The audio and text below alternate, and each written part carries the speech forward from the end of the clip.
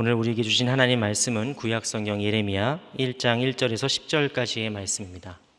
구약성경 예레미야 1장 1절에서 10절까지의 말씀입니다. 이 계시의 말씀 봉독할 때에 살아계신 하나님께서 우리에게 은혜 주시기를 바랍니다. 베냐민 땅 아나돗의 제사장들 중 hil기야의 아들 예레미야의 말이라. 아몬의 아들 유다 왕 요시야가 다스린 지 13년에 여호와의 말씀이 예레미야에게 임하였고, 요시야의 아들 유다의 왕 여호와김 시대부터 요시야의 아들 유다의 왕 시드기야의 11년 말까지 곧 5월에 예루살렘이 사로잡혀 가기까지 임하니라. 여호와의 말씀이 내게 임하니라. 이르시되 내가 너를 모태에 짓기 전에 너를 알았고, 내가 배에서 나오기 전에 너를 성별하였고, 너를 여러 나라의 선지자로 세웠노라 하시기로, 내가 이르되 슬프도소이다 주 여호와여, 보소서 나는 아이라 말할 줄을 알지 못하나이다 하니, 여호와께서 내게 이르시되 너는 아이라 말하지 말고 내가 너를 누구에게 보내든지 너는 가며 내가 내게 무엇을 명령하든지 너는 말할지니라. 너는 그들 때문에 두려워하지 말라. 내가 너와 함께하여 너를 구원하리라. 나 여호와의 말이니라 하시고, 여호와께서 그의 손을 내밀어 내 입에 대시며 여호와께서 내게 이르시되 보라, 내가 내 말을 내 입에 두었노라. 보라, 내가 오늘 너를 여러 나라와 여러 왕국 위에 세워 내가 그것들을 뽑고 파괴하며 파멸하고 넘어뜨리며 건설하고 심게 하였느니라 하시니라. 아멘. 네, 예레미야는 원어로 보았을 때 성경에서 가장 긴 성경책입니다. 가장 방대한 양을 자랑하는 말씀입니다. 히브리어로 보았을 때 시편보다 긴 책이 바로 예레미야서입니다. 또한 예레미야라는 선지자는 엄청난 살의와 적의가 가득한 곳에서도 의연하게 하나님 말씀을 선포했던 강철 같은 예언자였습니다. 또한 기존의 모세의 율법을 재정립하고 재해석하여 새로운 언약으로 선포한 위대한 선지자였습니다. 예레미야가 이스라엘 역사에서 이스라엘 사람들에게 얼마나 뇌리에 강하게 박혀있는 사람인지를 알아볼 수 있는 증거 중에 하나는 바로 신약 성경에 나옵니다. 마태복음 16장 말씀을 보시면 예수님께서 가이사랴 빌립보에서 제자들에게 사람들이 나를 누구랴 하느냐라고 물으실 때에 제자들이 이렇게 말합니다. 사람들이 세례 요한이나 엘리야 그리고 예레미야라고 예수님을 생각했다는 것입니다. 그만큼 예레미야는 이스라엘 백성들의 기억 속에 아주 강하게 기억이 되고 있는 사람입니다. 우리가 이렇게 보면은 예레미야가 정말 대단한 사람이었구나라는 것을 새삼 느끼게 됩니다. 그런데 그렇게 예레미야서의 첫 장을 열게 되면 사실 이 사람의 시작이 그렇게 별 볼 일 없는 사람이었다라는 사실에 놀랄 수도 있습니다. 오늘 본문 1장 1절의 말씀에서 예레미야는 아나돗의 제사장들 중 hil기야의 아들이다라고 기록되어 있습니다. 우리는 이 말의 의미를 잘 이해하지 못하지만 만약에 당시 남유다 사람들이 이 이야기를 들었다면 아마 코웃음을 쳤을 것입니다. 어디? 아나돗? 어디 삼류 제사장들 모인 총구석 사람 얘기를 우리가 듣고 앉아 있어야 되냐라고 반문했을 것입니다. 왜냐하면 아나돗은 타락과 무기력의 상징인 엘리 제사장이 있던 곳이기 때문입니다. 또한 솔로몬 왕에 의해서 아비아달이 유배를 당한 유배지입니다. 유배지면 보통 중심부에서 많이 먼 곳이죠. 변두리입니다. 그리고 아나돗이라는 지역 자체가 남유다에 가까운 지역이라기보다는 북이스라엘에 가까운 지역이기 때문에 어쨌든 변두리를 뜻하는 겁니다. 한마디로 말해서 예레미야가 아나돗 출신이었다라는 것은 그가 남유다의 주류 사회에서는 좀 멀리 떨어진 사람, 주류 계층에 속하지 못하는 사람, 비주류, 가장자리에 사는 사람이란 뜻입니다. 요즘 말로는 아싸라고 합니다. 아웃사이더라는 뜻이죠. 그런 예레미야에게 오늘 하나님께서 이렇게 말씀하십니다. 5절입니다. 내가 너를 모태에 짓기 전에 너를 알았고 내가 배에서 나오기 전에 너를 성별하였고 너를 여러 나라의 선지자로 세웠노라 하시기로. 하나님은 오늘 비주류이자 아싸인 예레미야를 부르십니다. 그것도 여러 나라의 선지자, 그러니까 열방의 선지자로 부르시는 겁니다. 오늘날 우리는 다양한 선교 단체들을 통해서 열방, 여러 나라, 올레이션스 이런 말들을 아주 빈번하게 사용합니다. 그리고 교회마다 구호를 외치죠. 땅끝까지 복음을 전하자. 주님 오실 때까지 예수 그리스도의 이름을 열방 가운데 선포하자. 이런 이야기를 많이 하면서 우리는 가슴이 뜁니다. 열방으로 나아가자. 이런 가슴이 뛰는데, 과연 당시 예레미야가 살았던 당시에 남유다 사람들에게, 이스라엘 사람들에게도 이 말이 가슴이 뛰는 말이었을까요? 그렇지 않습니다. 요나를 보시면 알 수 있죠. 하나님께서 요나에게 니느웨로 가서 복음을 증거하라고 했을 때 요나는 죽기보다 가기 싫었습니다. 치욕스러운 일이었습니다. 구약 성경에서 수많은 예언자들이 나오고 수많은 사람들이 나오지만 열방의 선지자로 부르심 받은 사람은 예레미야 한 사람입니다. 그 누구도 열방의 선지자, 예레미야 여러 나라의 선지자로 세우심 받은 적이 없습니다. 오직 예레미야만 하나님께서 열방의 선지자로, 여러 나라의 선지자로 부르시는 겁니다. 그러니까 이 말은 한마디로 하나님은 예레미야에게 지금 한 번도 가본 적이 없는 길을 가라고 하시는 겁니다. 아무도 살아본 적이 없는 삶을 살아보라고 하시는 겁니다. 그러니까 이 하나님의 명령을 들은 예레미야의 당혹감은 우리가 충분히 공감을 할 수 있습니다. 그래서 예레미야는 6절 말씀에서 이렇게 말하며 거절합니다. 내가 이르되 슬프도소이다 주 여호와여 보소서 나는 아이라 말할 줄을 알지 못하나이다. 예레미야의 거절은 아주 겸손한 표현이면서 동시에 맞는 말입니다. 스위스 성서공회에서 나온 쥐리히 비벨이라는 성경이 있습니다. 거기에 이제 주석을 보면은 예레미야의 일대기를 살펴봤을 때 예레미야가 이렇게 소명을 받을 때의 나이는 아마도 14세에서 15세였을 것이다 라고 추정을 하고 있습니다. 그러니까 14세에서 15세면 우리나라로 치면은 중1, 중2 정도 되는 나이죠. 그러면 뭐 중학생 애들은 기분 나쁠 수 있겠지만 아직은 애잖아요. 그러니까 아이니까 아이라고 얘기한 겁니다. 거짓말한 게 아니에요. 근데 뭐가 문제죠? 틀린 말한 게 아닙니다. 그런데 하나님께서는 7절 말씀에서 그에게 이렇게 말씀하십니다. 여호와께서 내게 이르시되 너는 아이라 말하지 말고 내가 너를 누구에게 보내든지 너는 가며 내가 내게 무엇을 명령하든지 너는 말할지니라. 하나님은 예레미야에게 너는 아이라 말하지 말라 라고 말씀하십니다. 이게 무슨 뜻일까요? 분명한 것은 하나님은 사람의 외모를 보지 않으시고 사람의 중심을 보시는 하나님이라는 겁니다. 그러면 지금 여기에서 하나님께서 예레미야의 나이를 가리켜서 하시는 말씀은 아니라는 것을 우리가 알 수 있습니다. 그렇다면 하나님께서는 예레미야의 중심에서 무엇을 보셨을까요? 무엇을 보셨기에 너는 아이라 말하지 말라라고 하신 걸까요? 첫 번째로 하나님께서는 예레미야에게서 나는 아이라라고 말하는 그 예레미야의 고백에서 그의 열등감과 교만을 보셨습니다. 하나님은 지금 예레미야를 열방의 선지자로 부르시는데 예레미야는 스스로 뭐라고 얘기합니까? 저는 아이라고 얘기합니다. 하나님이 예레미야를 들어서 사용하려고 하시는데 예레미야는 스스로가 이미 자기의 한계를 규정지어 버리는 것입니다. 겸손한 고백인 것 같지만 이것은 예레미야 본인에게는 열등감이고 하나님의 명령 앞에서는 교만한 것입니다. 영국의 작가인 C.S. 루이스는 열등감과 교만이 매우 상반된 감정처럼 보이지만 사실은 동전의 양면처럼 하나의 뿌리에서 비롯된다라고 정확히 지적했습니다. 왜 열등감과 교만이 하나의 뿌리에서 비롯되냐면 이것은 자아상을 왜곡하기 때문입니다.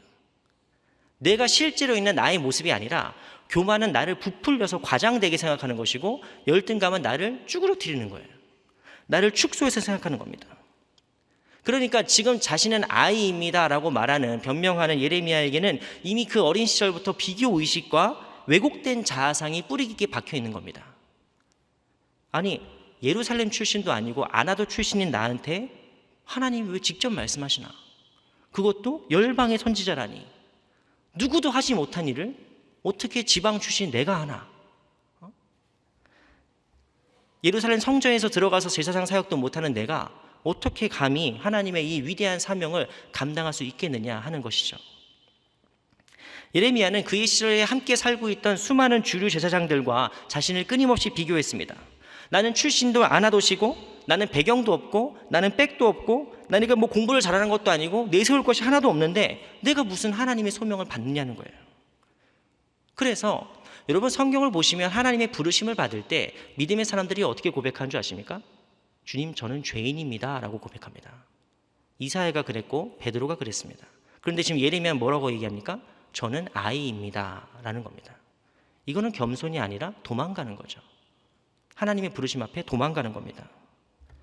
여러분은 어떠십니까? 만약에 하나님께서 오늘 여러분에게 나타나셔서 내가 이 소망교회와 대한민국과 열방을 너에게 맡긴다 라고 얘기하시면 여러분 아멘 하시겠습니까? 만약에 하나님께서 저에게 나타나셔서 재용아 너를 열방의 선지자로 세우겠다 라고 말씀하시면 제가 뭐라고 얘기할까요? 하나님 쓸데없는 소리 하지 마시고 소망교회에서 잘리지는 않게 해주세요 라고 얘기하지 않겠습니까? 많은 사람들이 하나님의 부르심 앞에서 자신을 부적격자라고 호소하는데 익숙합니다. 주님, 저는 아직 아이입니다. 주님, 저는 어려요. 주님, 저는 이미 늙었습니다. 저는 은퇴했습니다. 주님, 저는 아나도 출신입니다. 전 지방 출신이에요. 주님, 저는 일개 주부입니다. 저는 그냥 아직 학생입니다. 주님, 저는 시간도 없고 돈도 없습니다. 주님의 부르심 앞에서 우리는 너무나 잘 준비된 타당한 이유들을 많이 가지고 있습니다. 하나님은 예레미야를 그리고 우리를 하나님의 뜻대로 하나님의 일꾼으로 삼으려고 하시는데 우리의 열등감이 우리를 그저 평범하고 그저 그런 인생으로 가둬두는 것입니다. 학교에서 오랫동안 성적표를 받다 보니까 그 점수대로 내 인생을 규정해 버리는 것입니다. 내가 나온 학교가 곧 나를 대변합니다. 내가 버는 연봉이 나의 가치를 매기는 세상을 살면서 우린 너무나 쉽게 나 자신을 축소하거나 부풀리는 데 익숙합니다. 즉 교만과 열등감이 반복적으로 그 교차하는 굴레 속에서 살고 있는 것이죠. 제가 작년부터 소망교회에서 사역하면서 내 안에도 이렇게 열등감과 교만이 아주 강하게 반복되는구나 라는 것을 아주 직접 깨달은 순간들이 많았습니다. 저희가 이제 올해부터 우리 사택 하인빌리지에 이사를 오면서 참 너무 감사한 시간을 보내고 있습니다. 그런데 같이 이사를 온 초등학교 5학년인 저희 큰아들 조금 어려운 시간을 보내고 있어요. 이 압구정동에 와보니까 애들 분위기가 좀 다르다는 거예요. 그래서 그 아이 말이 독일 간 것보다 더 힘들대요. 한국에서 독일에 간 것보다 더 큰 문화 충격을 느낀다고 합니다. 얼마 전에 친구의 초대를 받아서 생일 파티를 집에 갔다 왔는데 집에 와서 엄마한테 이렇게 얘기했답니다. 엄마, 걔 방이 우리 집보다 커. 그랬다는 거예요. 그래서 아들이 압구정에 와서 이사를 와서 힘들어한다는 소식을 듣고 제가 밤에 아들이 누운 침대 곁에 가서 제가 얘기했습니다. 아들 힘드니? 아빠는 더 힘들어. 아들아, 수유리에 살다가 압구정동으로 이사 온 사람은 유재석이랑 아빠밖에 없다. 얘기하면서 그렇죠. 제가 여러분 앞에 이렇게 서서 설교를 하고 신방을 하고 기도를 해드리지만 사실 누가 봐도 여러분이 저보다 더 대단하신 분들입니다. 제가 여러분들을 위해서 기도하고 조언을 하고 말씀을 하다 보면은 가끔씩 내가 지금 누구 앞에서 얘기를 하고 있나? 내가 지금 누구 앞에서 기도를 하고 누구에게 조언을 하고 있나라는 자괴감이 몰려올 때가 있습니다. 뭘로 봐도 여러분이 저보다 훨씬 훌륭한 사람들인데 제가 어떻게 여러분들 앞에서 가르치고 기도를 한단 말인가라고 하는 열등감이 쫙 몰려오는 것이죠. 근데 그 반대의 경우도 마찬가지입니다. 제가 엊그제 담임 목사님을 모시고 함께 학부 동문회를 갔다 왔습니다. 모교의 동문회를 갔는데 정말 까마득한 선배님들이 모여있는 곳에 저는 막내 중에 막내인 거예요. 보이지도 않는 막내였습니다. 그런데 저는 그 동문회 자리에서 아주 무척 대우를 받고 존중을 받고 일로 오라고 반갑다고 많은 어른 목사님들이 선배 목사님들이 저에게 인사를 해주셨습니다. 왜 그럴까요? 제가 소망교회 부목사이기 때문입니다. 제가 김경진 목사님 옆에 같이 있었기 때문에 그런 대우를 받는 겁니다. 학교에 다닐 때는 까마득한 선배여가지고 눈도 제대로 마주치지 못했던 선배가 저한테 다가와서 친근하게 다가와서 이렇게 물어봅니다. 소망교회 어때? 재용, 소망교회 어때? 좋아?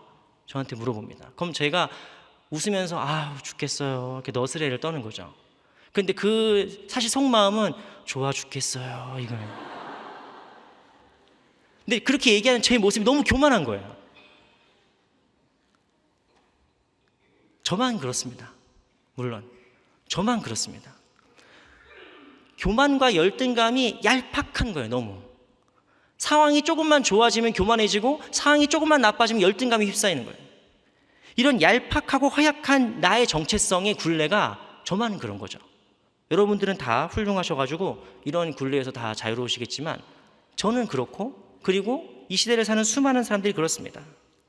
다른 사람과 자신을 비교해서 자신을 깎아내리거나 아니면 우쭐해져가지고 교만해져 버리는 그런 얄팍한 정체성을 갖고 있는 것입니다. 진짜 애 같은 거죠. 진짜 애 같은 마음입니다. 그런데 그런 우리에게 하나님께서는 너는 아이라 말하지 마라. 그것은 우리의 이 얄팍한 교만과 열등감의 굴레를 깨부수는 하나님의 준엄한 명령입니다. 두 번째로 나는 아이입니다 라고 말하는 예레미야의 고백에는 이렇게 이어집니다. 보소서 나는 아이라 말할 줄을 알지 못하나이다 라고 하는 거죠. 예레미야의 영적인 세계를 뒤덮고 있는 먹구름이 무엇이냐? 두 번째 먹구름은 무엇이냐? 바로 무기력과 무능력입니다. 생각해보면 말 못하는 게 죄는 아니잖아요. 말 못하는 게 죄입니까? 죄 아닙니다. 근데 문제는 말을 잘하냐 못하냐가 아니라 지금 이 어린 나이부터 예레미야의 내면 속에 무엇이 가득합니까? 나는 못한다는 거예요. 무기력과 무능력이 가득한 겁니다. 이런 예레미야는 개인적인 심성이 아니고 이것을 조금 더 이해하기 위해서는 배경의 설명이 약간 필요합니다. 예레미야가 이 어린 시절 자랐을 때의 당시는 요시야 왕의 개혁이 끝날 무렵입니다. 요시야 왕의 개혁이 무엇입니까? 므낫세 이후로 이제 막 남유다의 정치적이고 종교적인 어떤 이 분위기가 완전히 피폐해지고 황폐되었을 때 요시야라는 정말 기적 같은 왕이 나타나는 거예요. 그래서 그 왕이 하나님의 율법을 다시 세우고 무너진 성전의 제사를 다시 세우고 하는 겁니다. 그러니까 많은 사람들이 기대를 했겠죠. 드디어 이제 남유다가 정신 차리고 하나님께서 다윗 같은 왕을 세우셔서 이 나라가 다시 부흥하겠구나 라고 하는 기대감들이 막 부풀어 오르겠죠. 그런데 그 요시야 왕이, 민족이 희망과 같았던 요시야 왕이 그만 한 전투에서 너무 허무하게 죽어버립니다. 전사합니다. 그리고 그 뒤로 남유다는 망국의 기운이 뒤덮는 것이죠. 단 한 번도 부흥하지 못하고 결국에는 멸망해버리는 게 남유다의 역사입니다. 이런 시절을 사는 예레미야는 무엇을 경험적으로 체득할까요? 무기력과 무능력을 체득합니다. 개혁 안 해본 게 아닙니다. 부흥 없었던 게 아닙니다. 다 해봤습니다. 그런데 몇 번의 희망과 몇 번의 도전이 좌절되고 꺾이면 사람은 무기력을 학습하게 됩니다. 어차피 안 되는구나. 어차피 안 되는 거야. 무기력과 무능력이 죄입니까? 그냥 자연스러운 감정이고 경험 아닙니까? 그런데 미국의 심리학자였던 스카펙은 무기력과 무능력이 죄다라고 지적합니다. 그것이 왜 죄냐?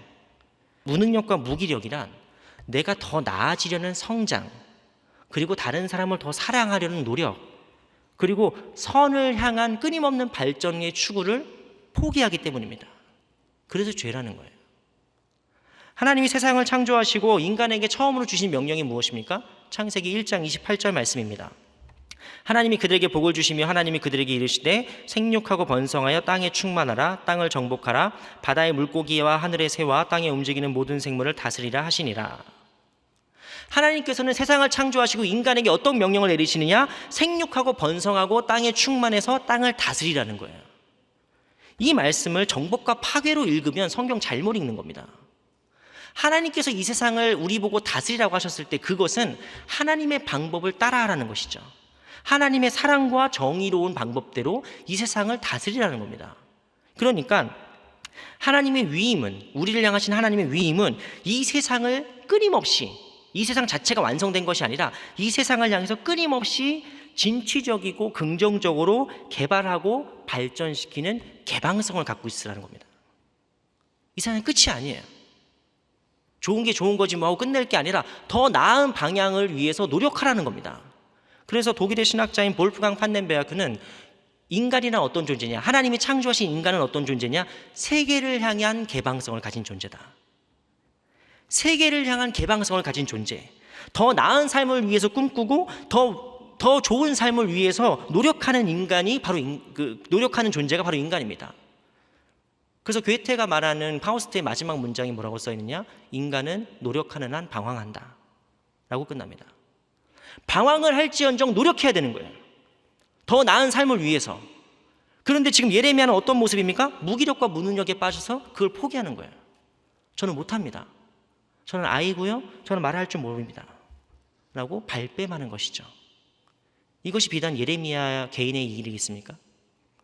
이것은 어떤 의미에서 우리나라의 그리고 여러 세계의 여러 청년들의 문제이기도 합니다. 오늘날 일본에서는 젊은 청년 세대를 가리켜서 사토리 세대라고 부릅니다. 사토리라는 말은 득도했다, 해탈했다라는 뜻입니다. 그러니까 득도한 세대라는 뜻이에요. 좋은 말 같잖아요. 좋은 말이 아닙니다. 왜냐하면 요즘 일본의 젊은 청년들은 마치 해탈한 사람처럼 욕심도 없고 꿈도 없고 의지도 없다는 뜻입니다. 뭘 하려고 안 해요. 더 나은 삶을 위해서 노력하지 않는다는 뜻입니다. 일본만 그러느냐? 중국도 마찬가지입니다. 요즘 중국의 청년들을 가리켜서 탕핑족이라고 합니다. 탕핑족. 이거 우리말 음가대로 읽어보면은 누울 당자에 평평할 평자를 써서 그냥 들어눕는다는 뜻이에요. 요즘 중국 청년들의 문제가 뭡니까? 들어눕는 거죠. 배째라 이겁니다. 배째라. 왜냐하면 정부에 저항을 하다가는 탄압을 받게 되고 열심히 일을 해도 집 한 채 못 사는 상태이기 때문에 그냥 들어눕겠다는 거예요. 더 나은 삶을 위해서 내가 노력하라는 것도 없고 의지도 없고 꿈도 없습니다. 그냥 들어눕는 삶으로 시간을 보내는 거죠. 시간을 때우는 것이죠. 예레미야가 지금 자신을 아이라고 말하는 것은 개인의 성품의 문제가 아니라 그 시대의 정신입니다. 그 시대를 둘러싸고 있는 질병입니다. 어떤 질병입니까? 무기력과 무능력의 질병이에요. 어차피 안 된다는 거예요. 어차피 열심히 해봤자 소용없다는 겁니다. 그런 무서운 질병이 그 사회를, 그 시대를 뒤덮고 있는 겁니다. 근데 여러분, 실제로 예레미야가 말을 못할까요? 예레미야는 성경 전체를 찾아보아서도 손꼽히게 말을 잘하는 사람입니다. 그냥 수사하기 좋다, 언변이 좋다가 아니라 일국의 왕 앞에서도 당당하게 말하는 사람이 예레미야입니다. 심지어 구타를 당하고 구덩이에 빠지고 손발이 묶인 상태에서도 당당하게 바른 말을 거침없이 내뱉었던 강철 같은 예언자가 바로 예레미야입니다. 그런데 그가 왜 나는 말을 못합니다 라고 얘기했을까요? 안 해본 거예요. 안 한 겁니다. 해보지도 않고 나는 못한다고 생각하는 겁니다. 해보지도 않고 나는 그냥 안 돼. 미래는 없어. 그 미래를 포기해버리는 겁니다. 그래서 하나님께서 예레미야에게 너는 아이라 말하지 말라라고 하신 이유는 그 무기력과 무능력의 두꺼운 구름을 걷어버리라는 거예요. 너를 둘러싸고 있는, 이 시대를 둘러싸고 있는 무기력과 무능력의 그 먹구름을 걷어버리라는 겁니다. 세 번째로 나는 아이다라고 말하는 예레미야의 심중에는 주인공이 아니라 엑스트라로 살고 싶은 마음이 있습니다. 그냥 방관자로 살고 싶은 것이죠. 예레미야는 이렇게 생각할 겁니다. 그렇죠, 하나님, 열방의 선지자 필요하죠. 좋죠. 누군가는 해야 되겠죠. 근데 저는 아닌 것 같습니다. 저는 하기 싫습니다. 다른 사람 시키세요. 다른 사람. 하나님, 저는 그냥 가늘고 길게 살 겁니다. 자신을 아이라고 말하는 예레미야의 심중에는 하나님의 역사에서 벗어나고 싶은 심리가 있습니다. 우리말에 유명한 말이 있죠. 그냥 남들 하는 대로 가만히 있으면 중간은 간다. 그냥 가만히 중간만 가고 싶은 거예요. 하나님 앞에 선봉에 서고 싶지 않는 겁니다. 하나님의 일꾼으로 일하고 싶지 않은 거예요. 그냥 가만히 남들 가는 대로 살아가고 싶은 겁니다. 하지만 여러분, 진짜 아이 같은 신앙을 가지고 있다면 저는 아이입니다 하고 뺄까요? 진짜 아이라면? 진짜 아이는 모험 앞에서 두렵지만 기뻐합니다. 신나하고 기꺼이 도전합니다. 그래서 아들 키우는 저희 집 같은 집이 어렵죠. 애들이 막 뛰어들어요. 갑자기 막 달려갑니다. 아이들은 모험 앞에서 걱정되고 불안하지만 그래도 가슴이 뛰는 게 아이입니다. 그래서 애들은 겁이 없는 거예요. 믿음의 선조들은 다 겁이 없는 겁니다. 그래서 아브라함 같은 경우는 하나님께서 갈 바를 알지 못하고 가라고 지시하신 그 땅으로 그냥 가는 겁니다. 불안과 걱정과 의심이 있지만 그래도 가는 거예요. 요셉은 어린 시절 하나님께서 보여주셨던 그 꿈을 계속 간직하고 있는 겁니다. 그가 형제들에게 팔리고 구덩이에 빠지고 모함을 당하고 감옥에 갇혀도 그 꿈을 간직하는 거예요. 그럼 어떻게 됩니까? 그 꿈이 성취되는 걸 보게 되는 것이죠. 어린아이 같은 신앙은 바로 이것입니다. 내가 넘어지고 때로는 흔들리고 아파도 내가 깨져도 그 말씀대로 살아보려고 노력하고 애쓰는 것이 어린아이 같은 심정이죠. 하나님을 신뢰하니까. 그래서 우리 주님께서는 바로 이 어린아이 같은 마음, 이 어린아이 같이 순전하게 의지하는 그 마음이 복되다, 천국에서 크다라고 라고 말씀하신 겁니다. 근데 예레미야처럼 저는 아이입니다라고 말하는 심보는 진짜 어린아이 같은 마음이 아니라 이미 사전에 계산을 다 해본 거예요. 능구렁이죠. 각이 안 나오는데, 이거 괜히 혼자 열심히 해봤자 뭐 답도 없는데, 이미 비교를 다 해보고 계산을 다 해본 다음에 못합니다 라고 하는 거예요. 정확히 말하면 안 하는 거죠. 안 하는 겁니다. 못하는 게 아니라. 교회에서 목회를 하다 보면은 많은 분들에게 이제 기도를 부탁하거나 뭐 구역장을 부탁하거나 다른 직분을 부탁할 때가 있는데, 많은 분들이 되는 핑계가 이겁니다. 저는 모태신앙이나 못해요. 목사님 아시잖아요. 모태신앙은 못해요. 근데 말은 바로 해야 됩니다. 모태신앙이 아니라, 모태신앙이 문제가 아니라 아내신앙인 거예요. 안 하는 겁니다, 여러분. 하나님 앞에서 정직해야죠. 저는 아이입니다. 저는 말할 줄 모릅니다. 라고 해서 진짜 못해서 못하는 게 아니라 안 하는 겁니다. 그런 예레미야의 핑계를 들으신 하나님께서 뭐라고 얘기하십니까? 너는 아이가 아니다. 하나님 앞에 있는 네가 갖고 있는 열등감과 교만과 네가 갖고 있는 무기력과 무능력과 그리고 안 하려는 그 마음을 하나님께서 부정하시는 겁니다. 그래서 주님께서 너는 아이라 말하지 말라라고 하신 말씀을 우리에게 적용시켜 보자면 이렇게 번역할 수 있습니다. 너는 자격이 없다고 말하지 마라. 너는 안 된다고 말하지 마라. 너는 실패했다고 말하지 마라. 너는 할 수 없다고 말하지 마라. 주님께서 우리의 핑계와 변명을 부정하시는 겁니다. 우리가 이래서 안 된다고 하는 것들이 많습니다. 주님, 전 돈이 없고요, 학력이 낮고요, 능력이 없고요, 라인도 없고요, 배경도 없습니다. 우리가 이런 것들이 없기 때문에 하나님이 일을 하지 못합니다라고 얘기하는 수많은 핑계와 변명들 앞에서 하나님은 부정하시는 거예요. 아니다. 그것 때문이 아니라는 거예요. 하나님의 준엄한 부르심 앞에 겸허하게 순종하라는 것입니다.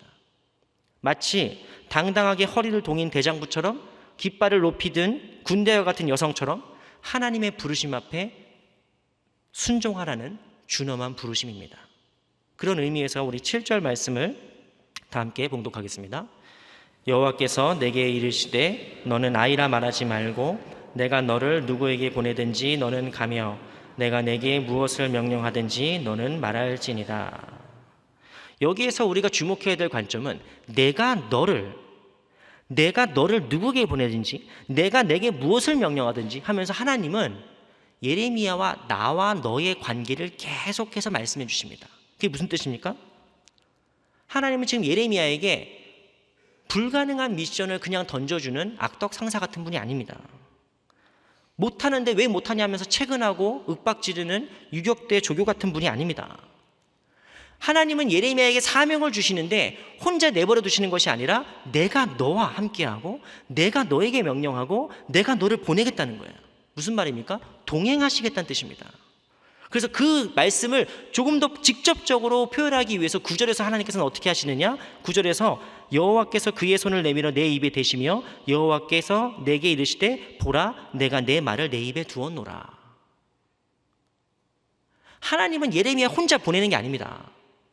하나님의 말씀을 예레미야에게 맡기시는 거예요. 하나님도 예레미야가 아직 아이인 것을 잘 아십니다. 예레미야가 부족하고 연약한 사람이라는 것도 잘 아십니다. 그런데 그런 예레미야에게 아직 자격이 안 된 그 예레미야에게 하나님의 말씀을 맡기시는 겁니다. 하나님의 말씀이 무엇입니까? 말씀으로 세상을 창조하신 능력의 말씀입니다. 그 권능의 말씀을 누구에게? 자격이 없는 예레미야에게 전해주시는 거예요. 나쁜 상사는 일을 시키기만 합니다. 하지만 좋은 상사는 부하 직원과 함께 그 일을 해냅니다. 나쁜 소대장은 참호 뒤에 숨어서 돌격 앞으로를 외치기만 합니다. 하지만 진짜 좋은 소대장은 나를 따르라 하면서 먼저 달려가는 것이죠. 하나님은 예레미야를 보내실 때 하나님께서 세상을 창조하신 그 능력의 말씀을 예레미야에게 맡기십니다. 그럼 예레미야가 앞으로 입을 열고 말씀을 전할 때 어떤 역사가 일어난다는 뜻입니까? 창조의 역사가 일어나는 거예요. 예레미야가 입을 열어서 하나님의 말씀을 대언할 때 하나님의 능력의 말씀이 선포되는 것입니다. 그래서 예레미야가 어떤 일을 하느냐? 10절 말씀 함께 봉독하겠습니다. 보라, 내가 오늘 너를 여러 나라와 여러 왕국 위에 세워 내가 그것들을 뽑고 파괴하며 파멸하고 넘어뜨리며 건설하고 심게 하였느니라. 예레미야가 앞으로 이 하나님의 능력을 가지고 어떤 일을 합니까? 여러 나라와 여러 왕국들을 뽑고 파괴하고 파멸하는 일을 합니다.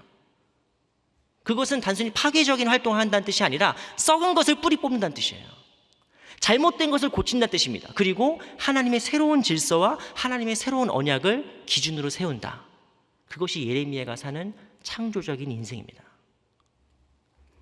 우리는 흔히 예레미야를 가리켜서 눈물의 선지자라고 부르면서 그가 매우 유약한 인물이었을 거라고 생각합니다.